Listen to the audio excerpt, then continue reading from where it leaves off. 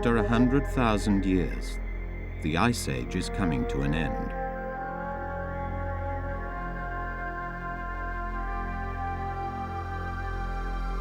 This treeless grassland is the domain of a spectacular creature. A creature which ranged across Europe from the French Pyrenees to the Russian steppes, but in Ireland it found a homeland which human hunters had not reached.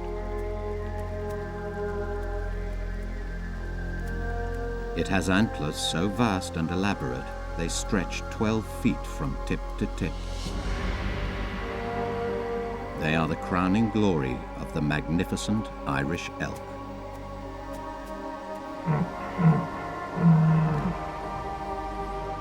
But this giant deer has presented science with an intractable mystery.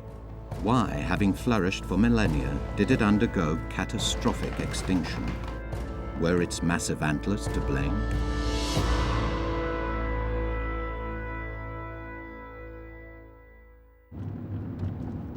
The Irish elk has a sort of iconic status among Irish biologists, and it seems to me that it's a great animal to study the great themes of evolution. For example, how did it get to be as it is? And in its particular case, how did it die? A disused army barracks in the heart of Dublin is the final resting place for prehistoric remains which have been excavated over the last 200 years. Paleontologist Tom Hayden has come to take a closer look.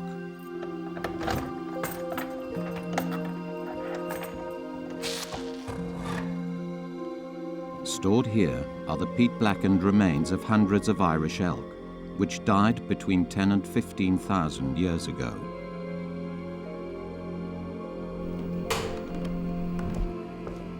The stag skulls are extraordinary, boasting the largest antlers of any deer that has ever existed. This is what all the fuss has been about, a male Irish elk. This animal had antlers which weighed about 40 kilos and measured, in large specimens, 12 feet from end to end. I could stretch myself along the antlers from one tip to the other twice.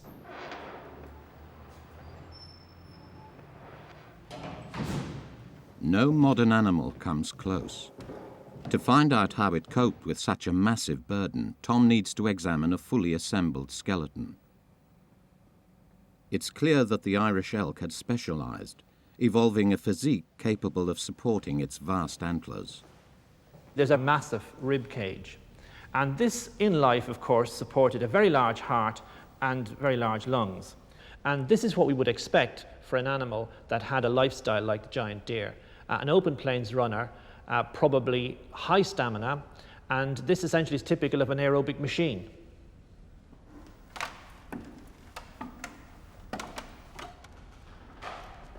And now we come to the more spectacular end of the animal, where we find the antlers. And quite apart from being extremely heavy, they're also extremely awkward, because a lot of the weight is a long way away from the center of the animal's body. So it's like holding very large buckets at arm's length and trying to maneuver them.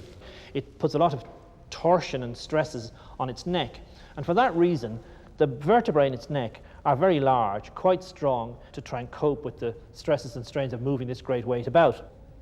Behind the neck, the spines and the vertebrae are very, very tall, and in life these would have acted as anchor points for a system of cables, ligaments, which ran from here to the neck and helped the animal to raise it and move it around. Antlers place a further demand on a deer. It must shed and regrow them each year. So how did the Irish elk fuel the growth of their unusually massive antlers? What did they eat?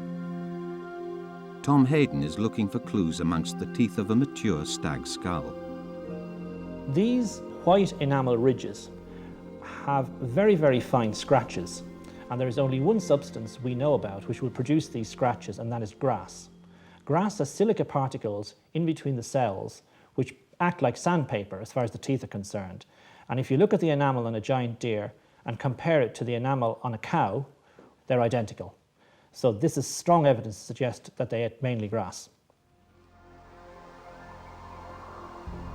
Pollen samples reveal late Ice Age Ireland was an open, treeless landscape.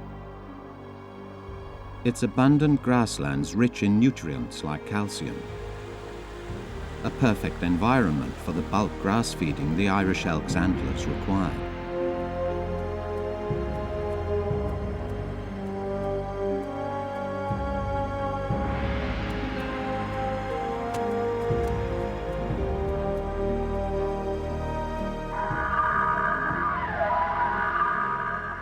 Back in the 19th century, Charles Darwin's detractors seized upon these antlers to attack his heretical theory of natural selection. If the survival of the fittest really designed animals to survive, what possible advantage could such an extravagant burden provide? They used the Irish elk to cast doubt on Darwin's theory. To this day, researchers continue to question how natural selection could have produced such large antlers. Why invest so much in them? What was their purpose? Paleontologist Adrian Lister believes that today's fallow deer can provide vital clues. The bucks have got their antlers about half grown, but you can already see the way the antlers grow horizontally out from the head, just like in the Irish elk. There they go. He's conducted anatomical studies that have thrown up a surprising result. They reveal the tiny fallow deer is a distant cousin of the Irish elk. The Irish elk has got particularly strongly developed neck vertebrae, which were to hold up the very heavy head with the weight of the antlers. And the fallow deer, if we look at the neck vertebrae, have got the same structures, although of course they haven't got such heavy antlers now. They've got the similar structure, and that proves the relationship. But can the fallow deer provide an insight into how Irish elk stags use their vast antlers? Sex may provide the answer. Fallow deer have a mating system called lekking, in which females move among the stags and choose their mate on the merits of his antlers. In the fallow deer, the male will do a kind of display, moving his head from side to side, and he's got these flattened palmations of the antlers which will be shown off in that way to the female who's following on behind him.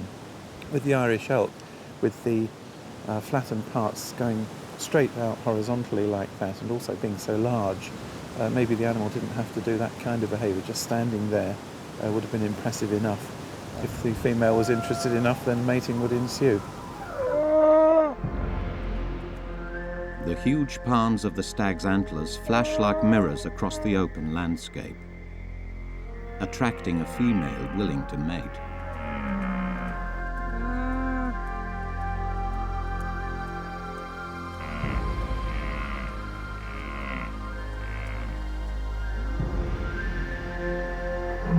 For females, the choice is simple because, for them, bigger antlers indicate a fitter male.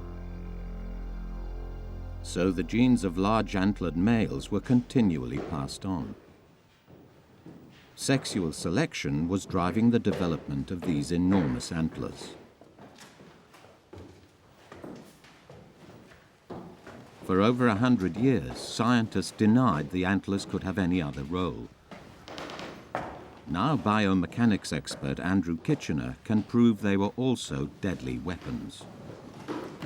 What my research has shown is that the antlers are not just designed for display. There's too much material in here to just be used as an elaborate advertisement hoarding. They're designed for fighting, both at the structural level as to how they actually fit together, and also at the mechanical level. They are actually strong enough to take the massive forces that would have been produced in fighting. The highest density of bone occurs where the antlers impact and lock together. From his observations of other deer, Andrew has demonstrated how these points, known as tines, could be used for defense and attack. In the mating season, stags challenge each other for the right to mate. At first, the stags size each other up. But what would happen if battle commenced? The next stage would be to twist the head right round, drop it down to the ground so that the nose points back between the front legs. And now you can see the different parts of the antler coming into function for fighting. Here we have the brow tines and also these secondary tines, which act in a defensive way.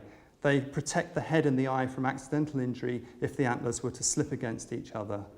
And on the outside, on the palms here, we have these very long offensive tines which point in towards the neck and the flank of the opponent. And during fighting, the aim is to try and wrestle your opponent off balance and hopefully knock him over so that you can use these tines to actually stab your opponent in the flank or the neck. Andrew's research reveals stag fights would have been brutal and violent.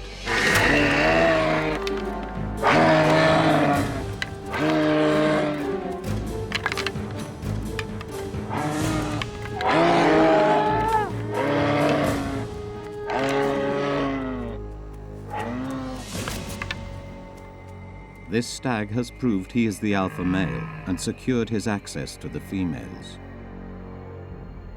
In attracting a mate and fighting off rivals, the antlers were the key to passing on an individual stag's genes. But could this design have also brought the Irish elk's downfall? Carbon dating of the Dublin bones reveals that 10,500 years ago it vanished from Ireland. Why, just as the Ice Age was ending and conditions improved, did the Irish elk face extinction?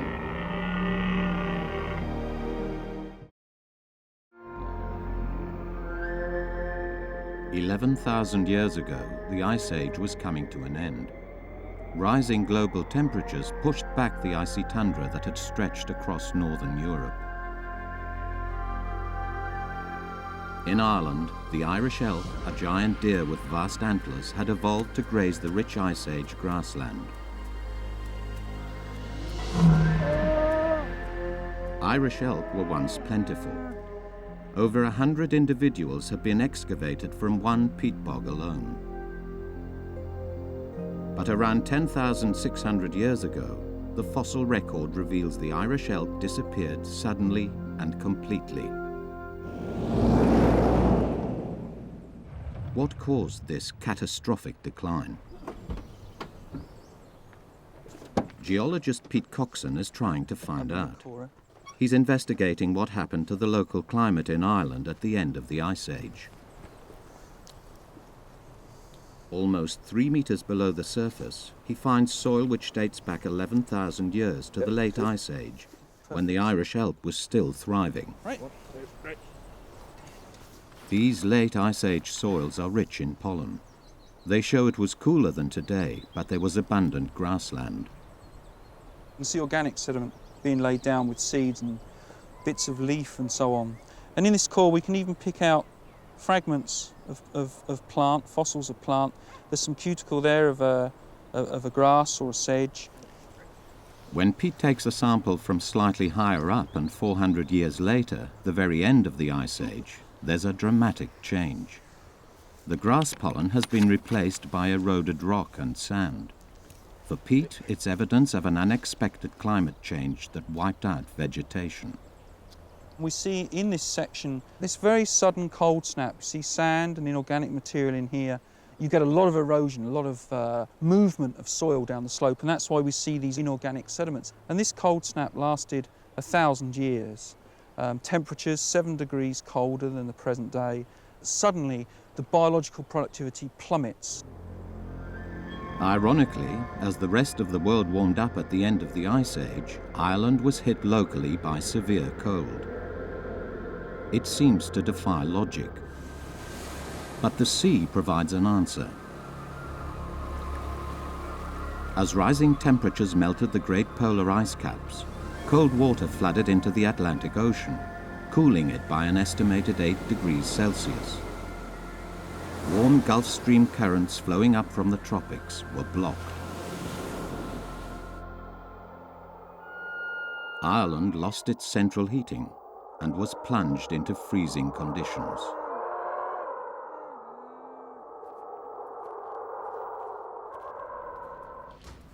In a severe cold period, stags with smaller antlers, less of a burden, would have had a better chance of surviving. Natural selection would predict they would now be the fittest. But is there any evidence that the Irish elk evolved to become smaller? Tom Hayden has measured hundreds of antlers from this crucial period. But he can't find any indication that they were shrinking. Ironically, sexual instinct may have outweighed survival instinct. The Irish elk was caught in a dilemma, in a sense. It was being forced in one direction to maintain large size and large antlers at a very expensive cost by sexual selection. And on the other hand, natural selection would have been dictating a downsizing, a smaller animal, smaller antlers, a less expensive lifestyle. Unfortunately, it couldn't make that transition. In the grip of sudden climate change, it appears the Irish elk could not evolve quickly enough.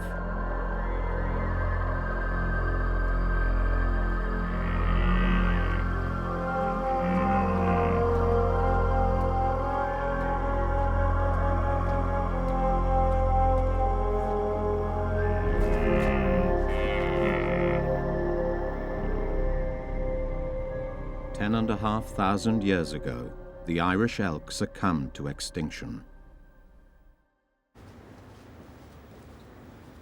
For scientists, that's long been the end of the story. But bones stored here are adding a new twist to the case of the Irish elk. They're not from Ireland, they're from the Isle of Man, which was then connected to Britain by a land bridge.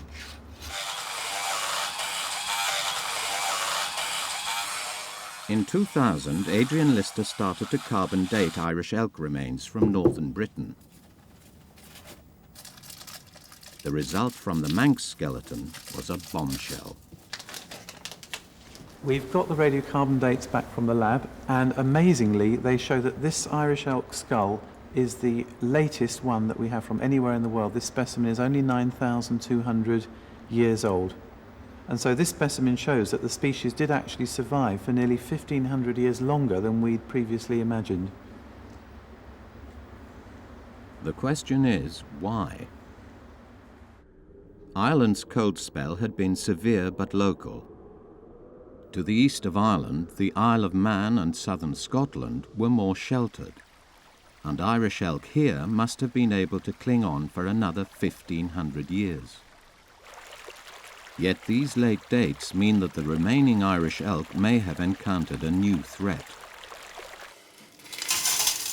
At Edinburgh University, archaeologists are sifting through the debris from a human encampment. Clear evidence that late Stone Age hunters had reached southern Scotland at the same time as the remaining Irish elk were escaping the cold. Did they hunt them down?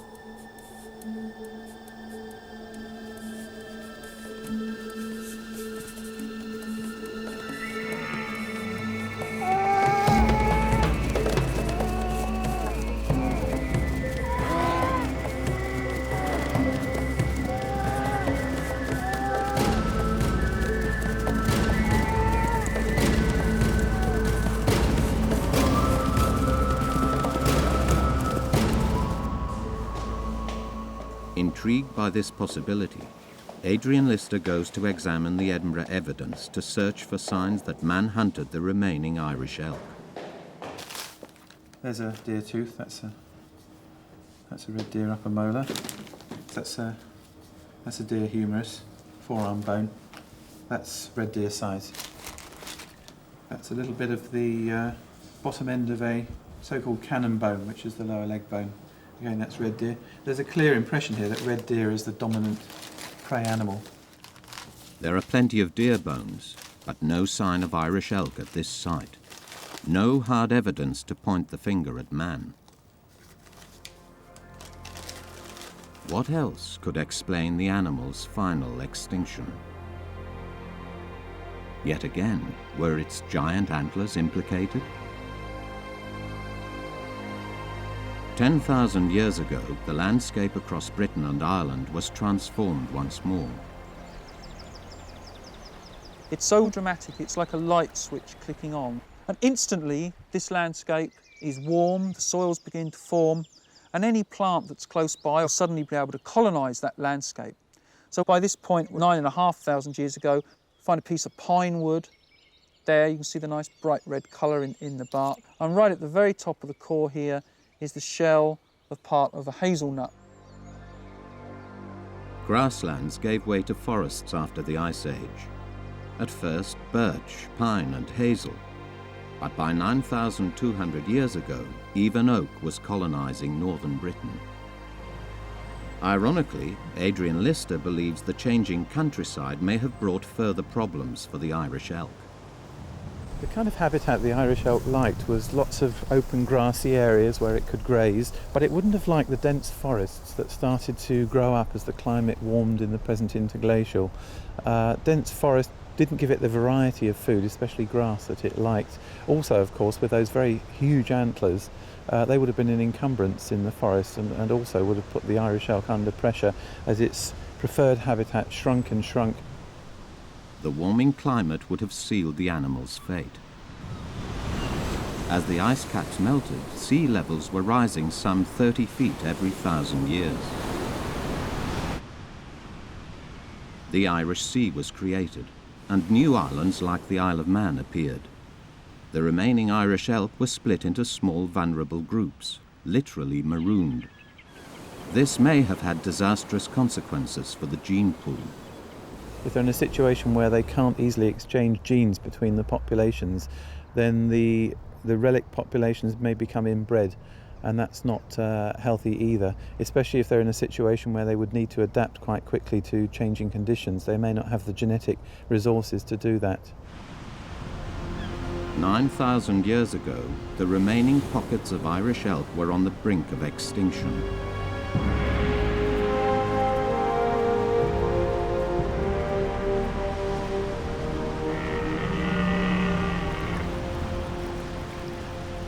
It had prospered for tens of thousands of years. But finally, climate change isolated the Irish elk in small populations, struggling in an increasingly forested landscape. Evolution had crafted a highly specialized animal, dependent on open grassland to nourish its extraordinary antlers. Clearly, the general design and lifestyle of the Irish elk was tremendously successful while the going was good. And they, in a sense, specialized for this high life. And then suddenly, when the climate changes, they're almost locked into this expensive lifestyle and they can't pay the bills anymore. The case of the Irish elk reveals that, faced with a changing world, too highly evolved a design can actually prove an animal's undoing. Specialized animals are usually the ones that go to the wall first. The generalists, like the meek, inherit the earth.